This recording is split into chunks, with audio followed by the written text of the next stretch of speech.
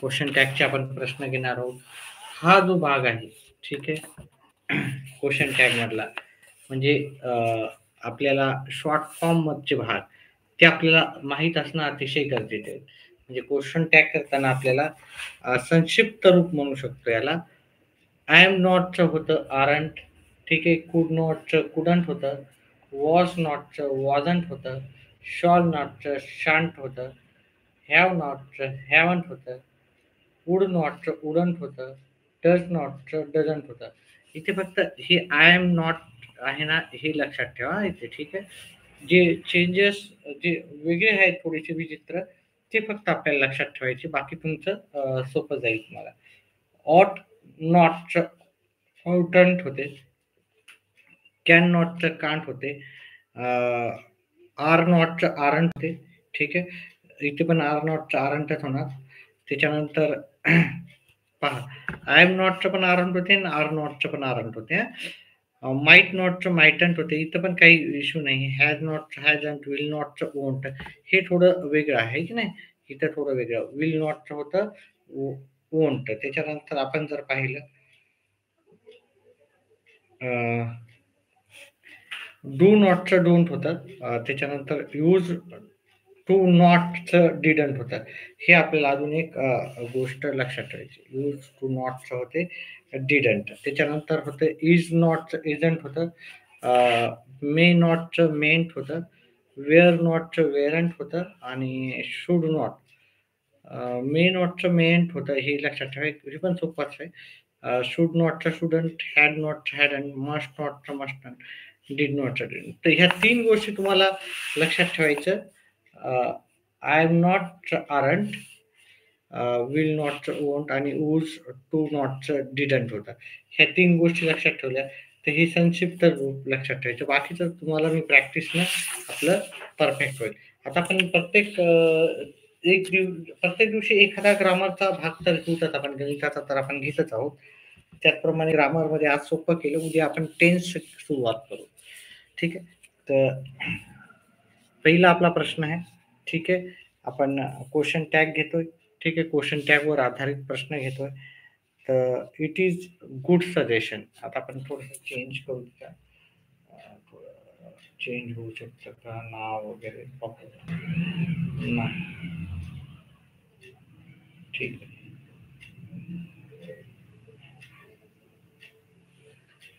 ठीक आहे. तर it is good suggestion. It is good suggestion.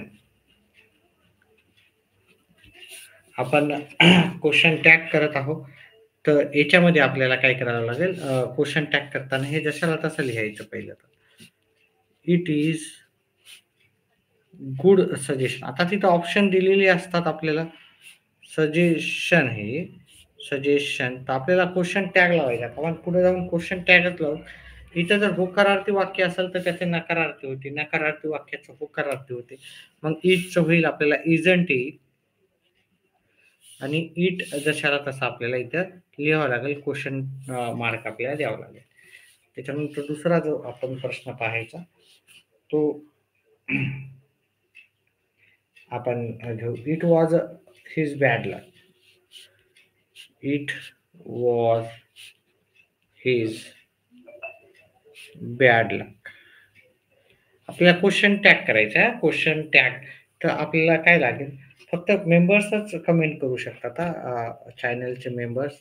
त्याच्यामुळं जर तुम्ही चॅनल जॉईन केला ₹89 पे करून तर महिनाभर तुम्हाला फ्री राहील. म्हणजे कमेंट वगैरे करू शकता तुम्ही. काही व्हिडिओज असतात ते फक्त प्रायव्हेट असतात आणि काही व्हिडिओ फक्त मेंबर्स हे करू शकतात. बाकी 90% व्हिडिओ आपले फ्रीमध्येच असणार आहे. इट वॉज हिज बॅड लक. तर वॉजचं होते wasn't.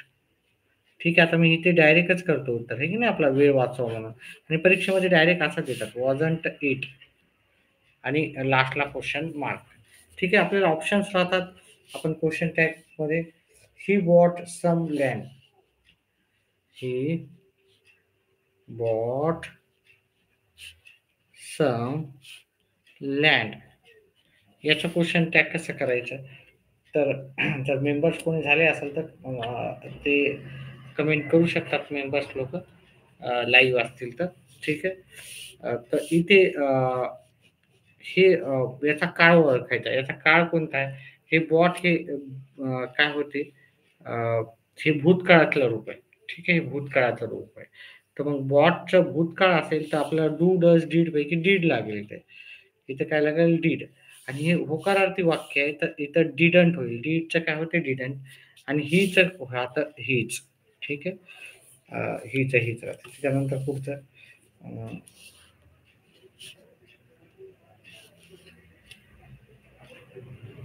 People don't allow cutting trees. People don't allow cutting trees. याचा क्वेश्चन टॅग करायचा. तर आपल्याला कसं करता येईल? ठीक आहे. तर आपल्याला फक्त कॉमा द्यायचा इथे. कॉमा दिल्यानंतर ही नकारार्थी आहे, त्याला होकारार्थी करावं लागेल. नकारार्थीत होकारार्थी होईल डू. आणि पीपलला पीपलच येणार नाही. पीपलला येईल दे. पहा, हे अनेक वचने असल्यामुळं दे येते. एक वचन असलं तर इट आलं असतं. एक वचन असलं असतं तर इट आलं असतं. हे अनेक वचन असल्यामुळं आपल्याला दे लिहिता येईल. ठीक आहे. त्याच्यानंतर 5वं क्वेश्चन टॅगचा आपला प्रश्न आहे. The chicks can not fly away. The chicks cannot fly uh, away till their wings come out. Till their wings come out. आज आपण जर झालं तर वेगवेगळ्या प्रकारचे ग्रामरचे भाग घेऊ. क्वेश्चन टॅग आणि कारण एकच भाग आपण घेणार नाही. वेगवेगळे ग्रामरचं कंप्लीट करण्याचा प्रयत्न करू. प्रत्येक याच्यावर आपण 5 ते 10 प्रश्न घेऊ. जेवढं होईल तेवढं आपण घेण्याचा प्रयत्न करू. चल, आपण ट्राय करू.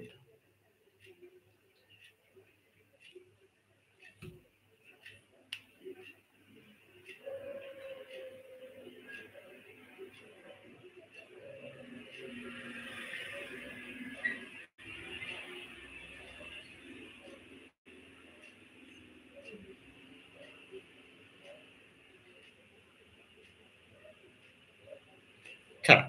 तर याचं जे उत्तर आहे आपल्याला देता येईल. ठीक आहे. याचं उत्तर काय होईल?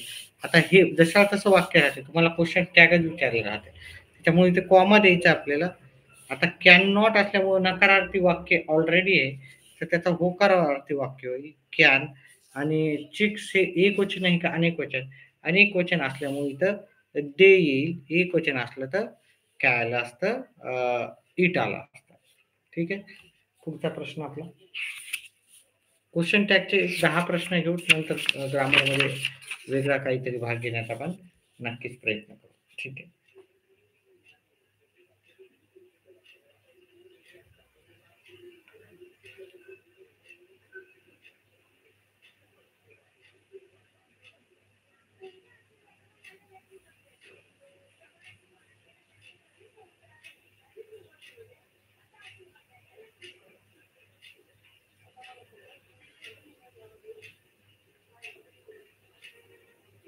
चला पुढचा आपण घेऊ त्याच्यामध्ये.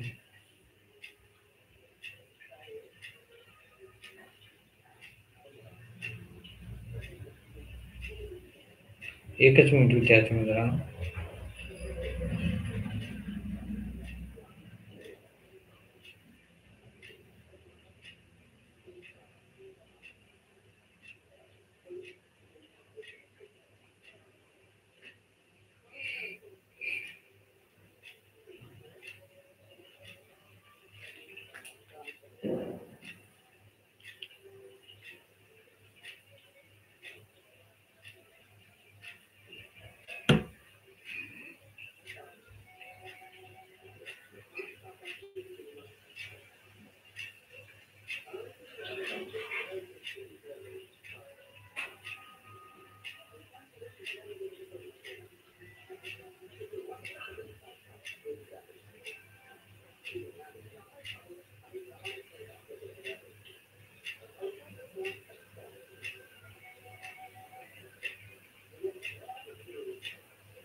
चला पुढचं आपण घेऊ त्याच्यामध्ये.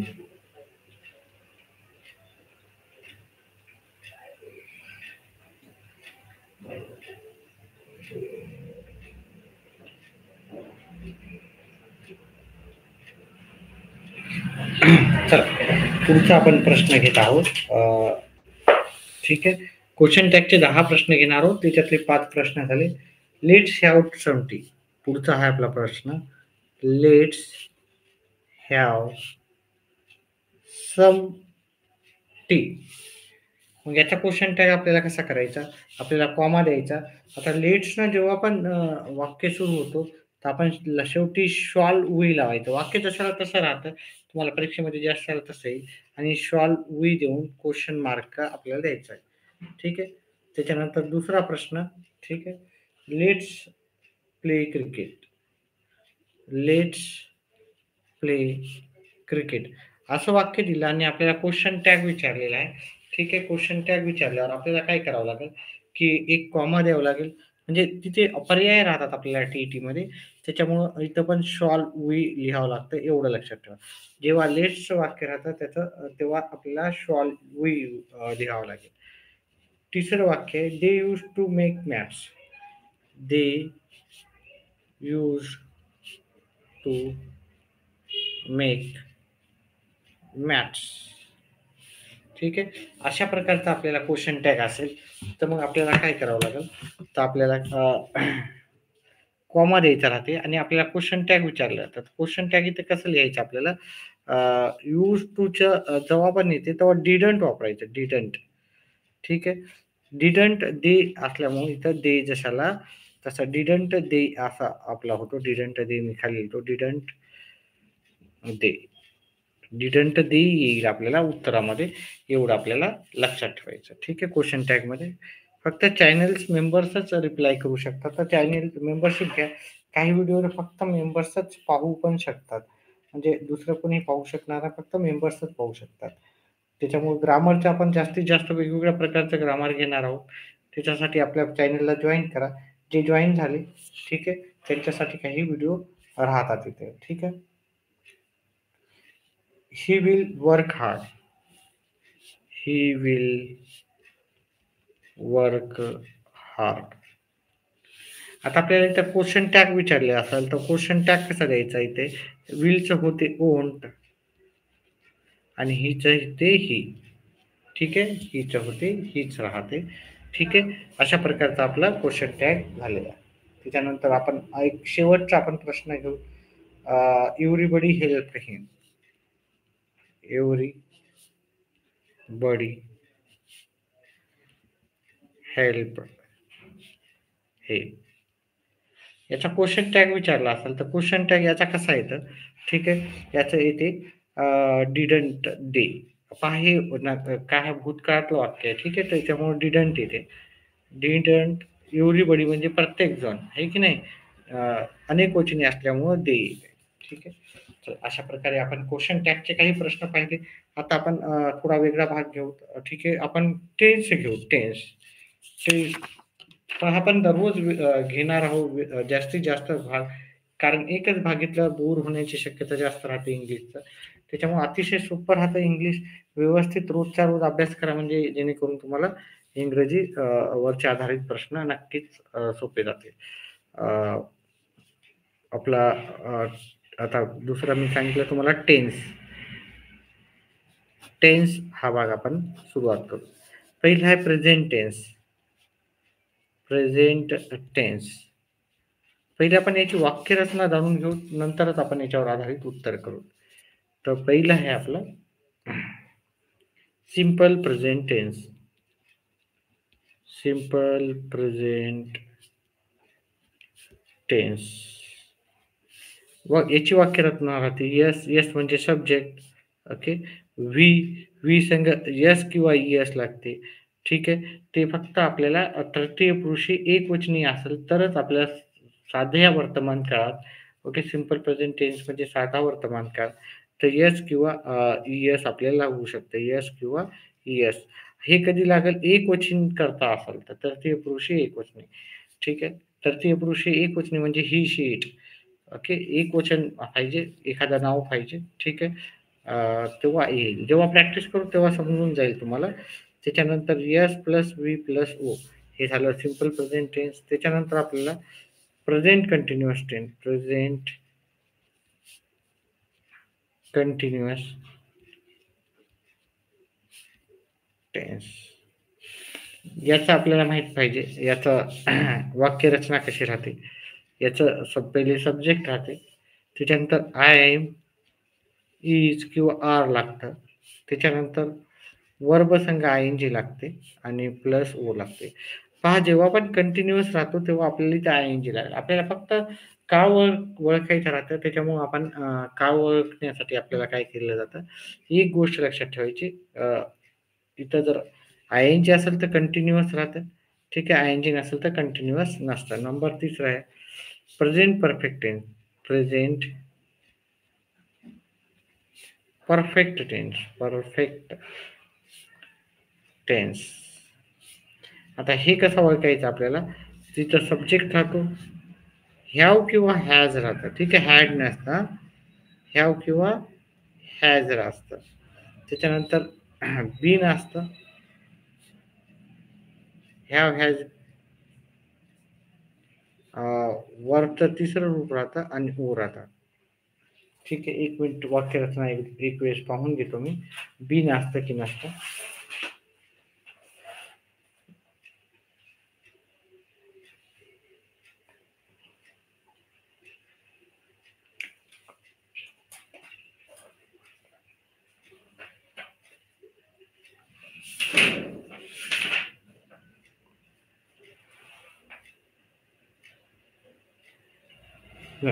बिन नसतं, ठीक आहे. बिन नसतं, ह्या वर्बचं तिसरं रूप राहतं आणि ओ राहतं. नंबर 4 मध्ये आपल्याला present perfect continuous tense, continuous tense. आता याच्यामध्ये कंटिन्युअस असल्यामुळं वर्ब संघ आय एन जी लागते, आपल्याला एवढं लक्षात ठेवायचं, ठीक आहे. वर्ब संघ काय लागते आपल्याला, आय एन जी. म्हणजे याचा अर्थ होते यस प्लस हॅज आणि हॅव तर लागणारच. ह्या दोन पैकी काहीतरी येणारच आपल्याला. प्लस वर्ब संघ आय एन जी प्लस नाही सॉरी, इथं बिन लागेल आपल्याला. बिन प्लस वर्ब संघ आय एन जी आणि आपल्याला लास्टला ओ, ओ म्हणजे ऑब्जेक्ट आपला असणार, ठीक आहे. तर अशा प्रकारे आपलं टेन्सची वाक्य रचना राहणार. आता याच्यावर आधारित आपण जेव्हा प्रश्न विचारला जातो तेव्हा आपल्याला सांगायचं आहे की कोणतं टेन्स आहे याच्यामध्ये, ठीक आहे. आपल्याला विचारायचं की टेन्स, आयडेंटिफाय द टेन्स. तर टेन्स आपण ओळखू त्याच्यात, ठीक आहे.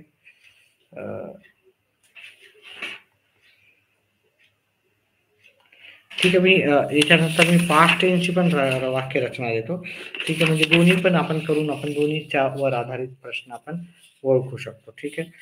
पास्ट टेन्सची रचना देतो. पास्ट टेन्स,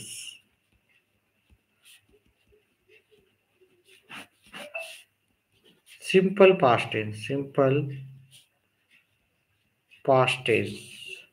आता हे ओळखायचं राहते फक्त, त्याच्यामुळे सोपं आहे हे सगळं, ठीक आहे. तर याचं वाक्य रचना राहते यस प्लस वर्ब संघ वरचं दुसरं रूप लागते आणि ओ लागते. पहिलं रूप असेल तर सिंपल प्रेझेंट टेन्स, दुसरं रूप असेल तर सिंपल पास्ट टेन्स. त्याच्यानंतर दुसरं, एकच मिनिट विद्यार्थी मित्रांनो.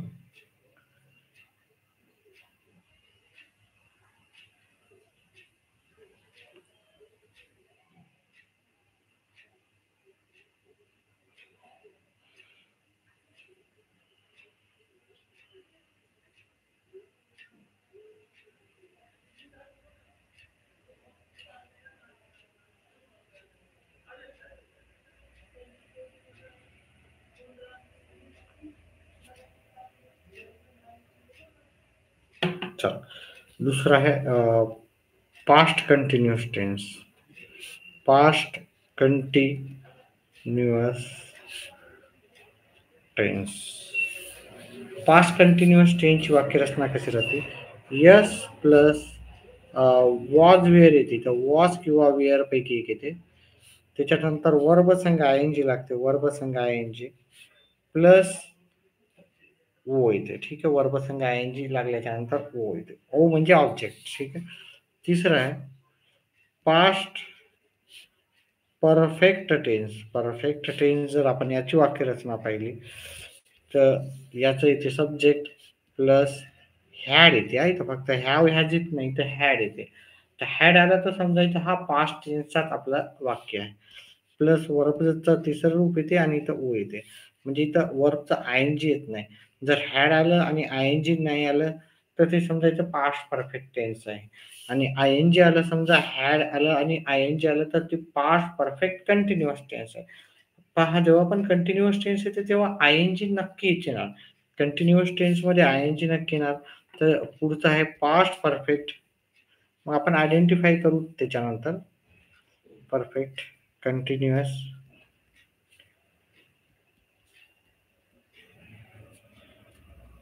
टेन्स याची वाक्यरचना पाहू. पास्ट परफेक्ट कंटिन्युअस टेन्सची. तर यस म्हणजे सब्जेक्ट, हॅड लागेल. त्याच्यानंतर वर्ब संघ आपल्याला मी तुम्हाला सांगितलं कंटिन्युअस असल्यामुळं इथे बिन लागला. कंटिन्युअस पास्ट परफेक्ट तेव्हा टेन्स असतो कंटिन्युअस, परफेक्ट कंटिन्युअस तेव्हा बिन लागते. वर्ब संघ आयएनजी लागेल कारण कंटिन्युअस असल्यामुळं आणि आपल्याला ऑब्जेक्ट आपल्याला लिहावं लागेल. ठीक आहे. अशा प्रकारे आपण पास्ट टेन्स पण पाहिलं. तर हे शक्यतो तुम्हाला दोन हे माहीत पाहिजे. एक प्रेझेंट टेन्स आणि पास्ट टेन्स.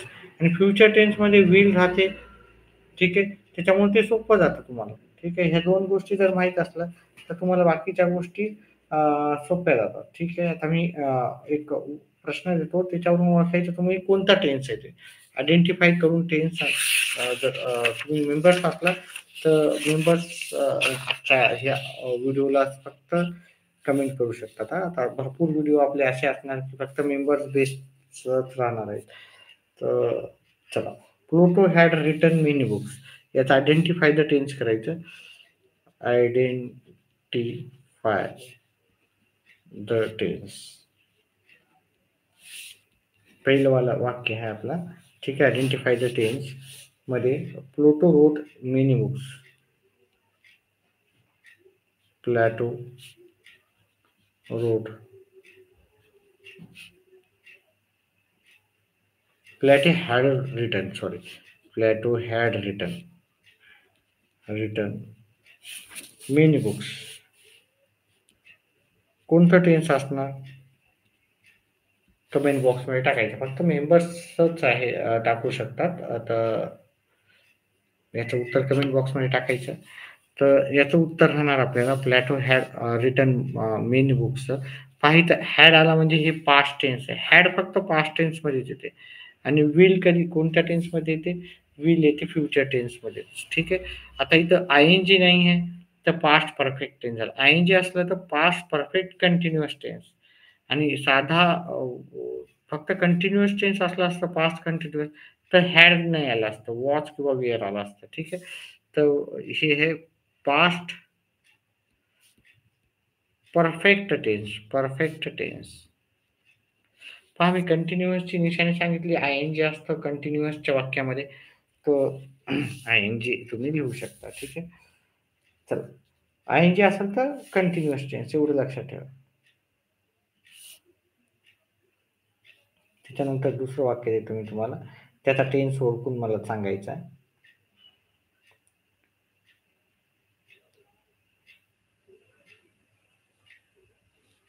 Many animals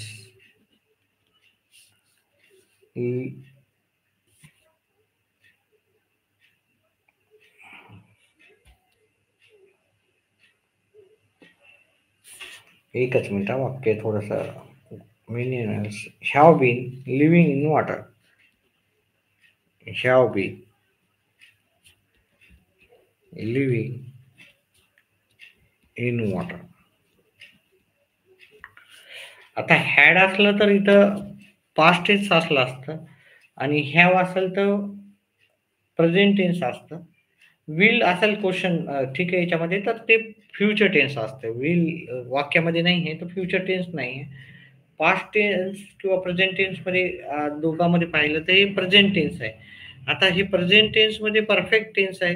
ठीक आहे, परफेक्ट कारण ह्यात फक्त परफेक्ट टेन्समध्ये लागतात. आय-एन-जी असलं तर काय लागेल? हे continuous present perfect continuous tense असेल. प्रेझेंट परफेक्ट कंटिन्युअस टेन्स आहे. वाक्य आपलं झालेलं आहे. चला पुढचं वाक्य पाहूत आपण. तिसऱ्या नंबरचं वाक्य. अ,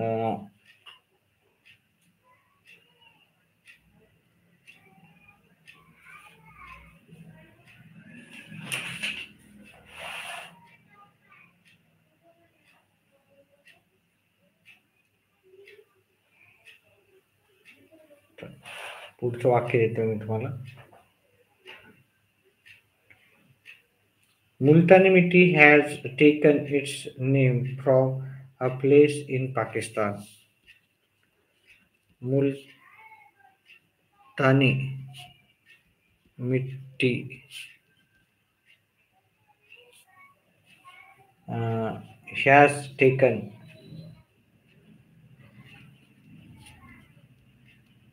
has taken its name from a place in Pakistan. A place in Pakistan. ठीक आहे. तर याचं आपल्याला टेन्स ओळखायचं असेल तर हॅज हे प्रेझेंट टेन्समध्येच येतात. ठीक आहे. विल नाही त्याच्यामुळे हॅज काय ते प्रेझेंट टेन्समध्येच येते. आणि इथं आय-एन-जी नसल्यामुळे प्रेझेंट परफेक्ट टेन्स आहे. ठीक आहे.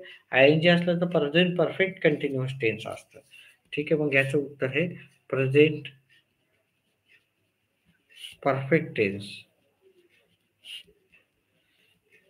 आयमी जर असला तर प्रेझेंट कंटिन्युअस टेन्स राहिला असता. ठीक आहे.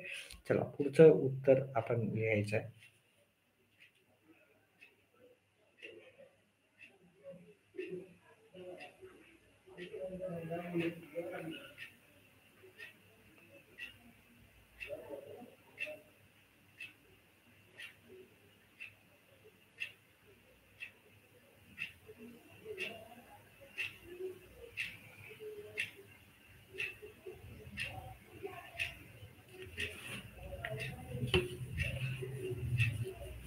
आजचं टेन्स आपण ग्रामरचा भाग इथेच संपवूया. ठीक आहे. कारण खूप कमी विद्यार्थी लाईव्ह असल्यामुळे आपण पुन्हाच्या यायला घेऊत. आपण आता गणिताचा भाग आपण सुरू करू थोड्या वेळानंतर.